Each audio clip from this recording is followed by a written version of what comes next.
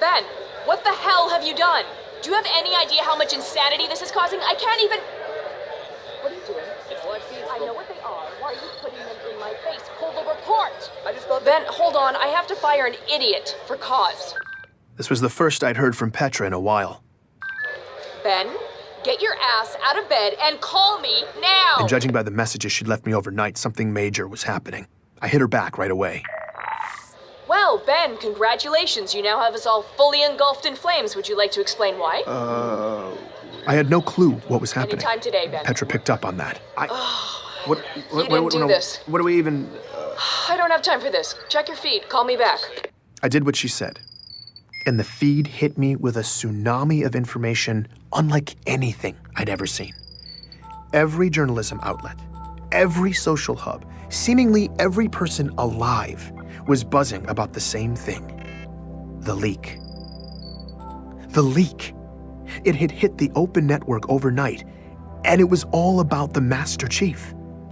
I didn't understand. As far as the public was concerned, reports of Spartan activity had almost always been categorically unknowable.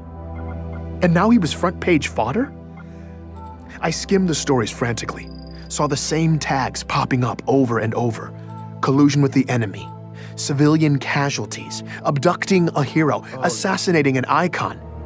Oh no, oh my God. The Master Chief What? did that? What the hell is going on? Those were just the facts reported by journalists. The opinions of the public were far scarier. Like missiles firing wildly in all directions from every corner of inhabited space. This leak about the Master Chief, whatever it said, had already begun deeply dividing people, sending ideologues on both sides scrambling to gain the moral high ground. I needed to see the source material. It didn't take long to find. Everyone had the same file. A suppressed incident report from an embassy in the outskirts that had already been viewed almost 500 million times. What it said was perfectly clear. 10 days ago, in the outer colonies, the chief had suddenly appeared in the middle of a densely populated city at a regional embassy, where inside, long-awaited peace talks between human and alien delegates were on the cusp of an historic agreement. The chief stormed in and instantly killed the bodyguard of Outer Colonies Ambassador Richard Sakibo, starting a firefight that would claim 19 human lives. He abducted the ambassador and blasted an escape path through security personnel, mowing them down with extreme prejudice as he escorted the alien delegation to safety. Once aboard his waiting evac ship, they fled the planet, leaving years of diplomatic work in ruins. The next day, local officials picked up a signal beacon that led them to a nearby field. There, they found the architect of the talks, revered peace activist Richard Sakibo, last seen in the chief's custody, lying dead in the grass. I'm Benjamin Giroux, and this is Hunt the Truth.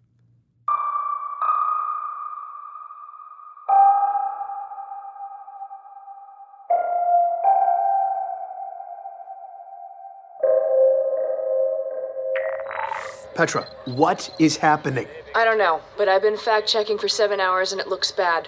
The Earth hacks are calling him the Fallen Spartan. Bastards. Wait, you think this might actually be I true? need it now. You got it. Just tell me now, was this FERO? Did you do this? No, I don't. No, I told her I didn't know, which was technically true, but it was a cop-out. Of course it was FERO. But why? It didn't make sense. Why smear the chief like this? After everything he'd done to save our asses? After everything ONI had done to him? Over the years, he'd faced unimaginable catastrophes. We had no idea how many lives had hung in the balance. ONI kept us all in the dark. But whether the chief had always made the right call or not wasn't the issue. He should never have had to shoulder all that weight. But now he was shouldering all the blame. It wasn't right. As Petra relayed what some of the talking heads were saying about Chief on Earth, I started getting downright pissed.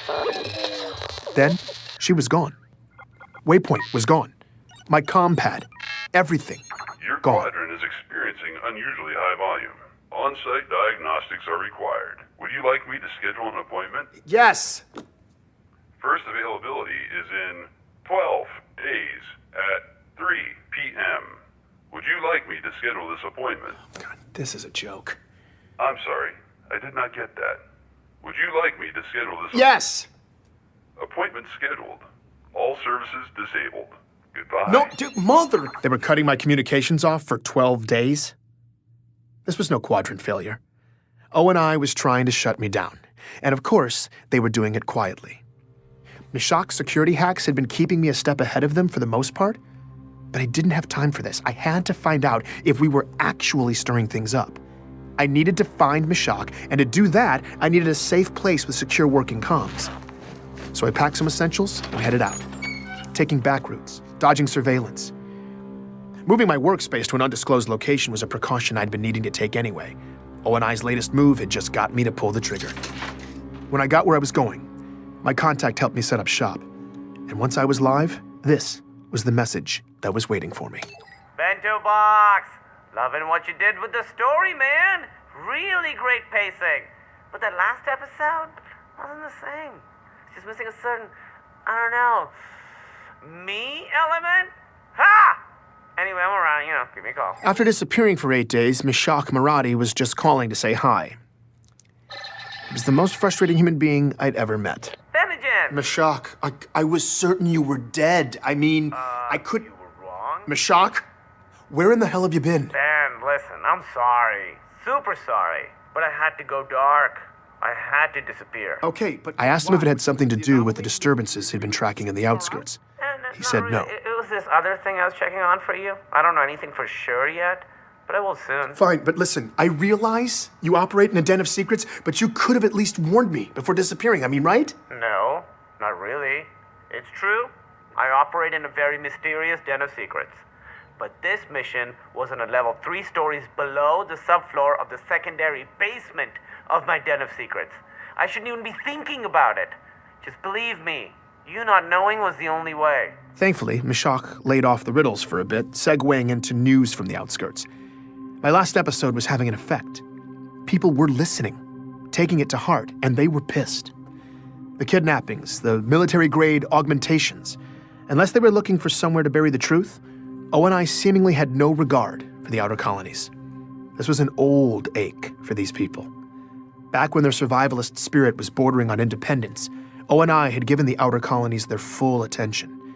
They pulled out all the stops to crush the oppressive insurrectionists. No one was shedding tears over that.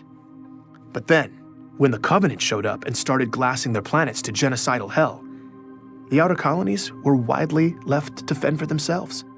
It was this principle of selective intervention that had never sat well. But where my story had started to reheat that unrest in the outer colonies, last night's leak had brought it to a boil. So the idea is the chief went into berserker mode, right? That drip, drip, drip has a very different effect depending on where you live. All those herbivorous babies on Earth think they deserve their own dedicated Spartan messiah. Like he's gonna camp out on the moon, waiting to kill aliens or karate chop meteorites to keep them safe. So the word rogue panics them. But Meshach says it wasn't like that in the outer colonies.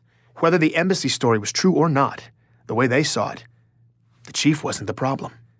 O&I was using him the same way the UEG had always used them. For utility, when useful, but always disposable. Sure, nobody really wants a 7-foot-tall murder machine with mad skills showing up in their neighborhood. But in the outer colonies, Oni is still the real monster. My fury at Meshach had subsided. I was glad he was back. If I was going to pull off confronting O&I and exposing everything to the senators, I needed as much ammo as possible. And luckily, he was on the same page. After hearing my interview with Petrovsky, he'd buried his face in the slush, curating decades of data and the research of his nutjob predecessors, compiling sort of a greatest hits of O&I's atrocities.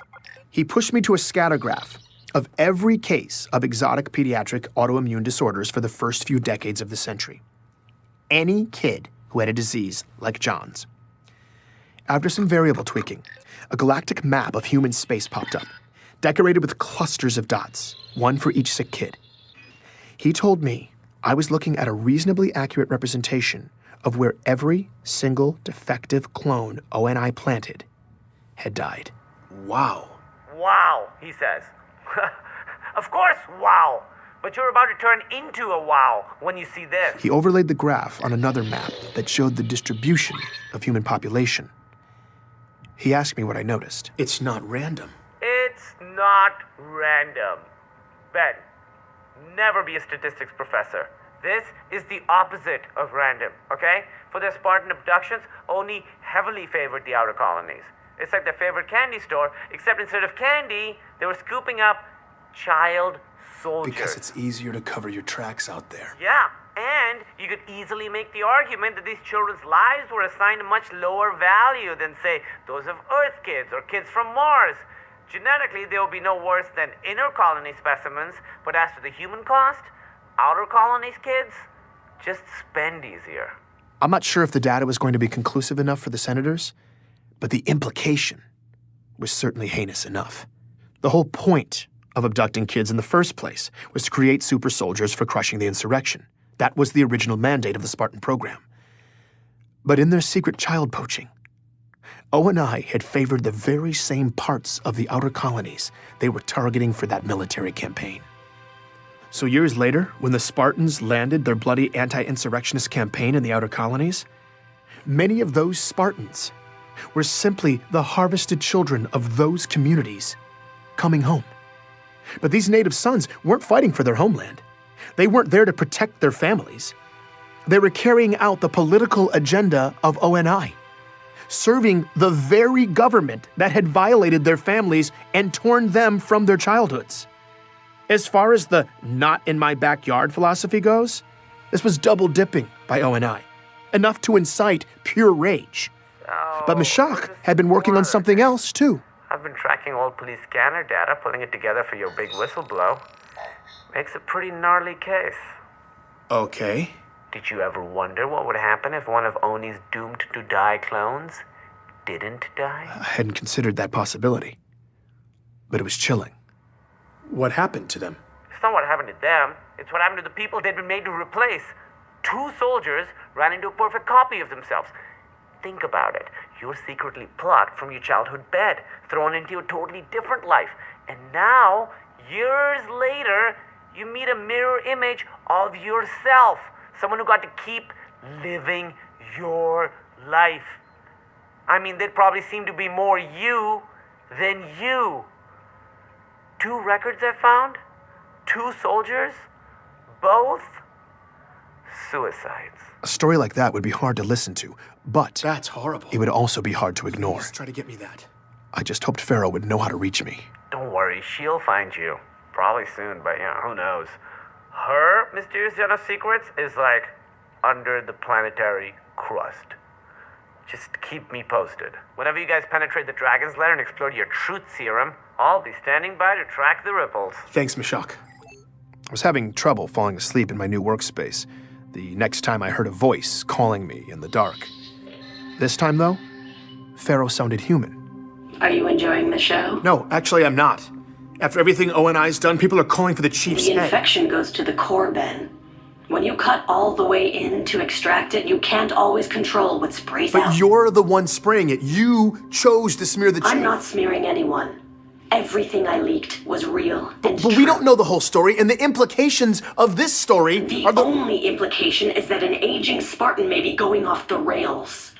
And sadly, it may be true. Your story set the table for that.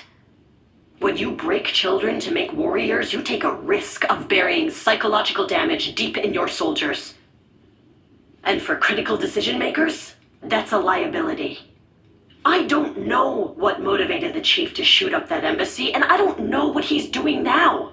But he is off leash. He is proving the liability. All I did was expose it by peeling back the very layers of Oni secrecy under which that liability was born and allowed to fester. I didn't know what to say. This felt all wrong to me. Ben, the chief is the savior of humanity. I know that. The true patriots know it too. This is the painful part. Right now, the chief is being chopped down, but he will be vindicated. This is how we puncture to the core. By sacrificing the chief in the short term, we've opened a deep hole, and when the bleeding slows, it's Oni's exposed nerve that will get all the cold scrutiny. It's just hard hearing what they say about him, and people are going nuts. I mean, a lot of the inner colonists are actually denouncing him. They're terrified. And the anger in the outer colony seems to be turning ugly fast. The you see blood that, of right? their hero is spraying in their face. This is exactly what we need. This is the chaos I said would happen. I guess I just didn't think it was going to be like this. Chaos has a high price, Ben. But the pieces are moving. Our opportunity has arrived. FERO told me that as of this morning, the meeting had been scheduled. Personnel were already en route to Earth.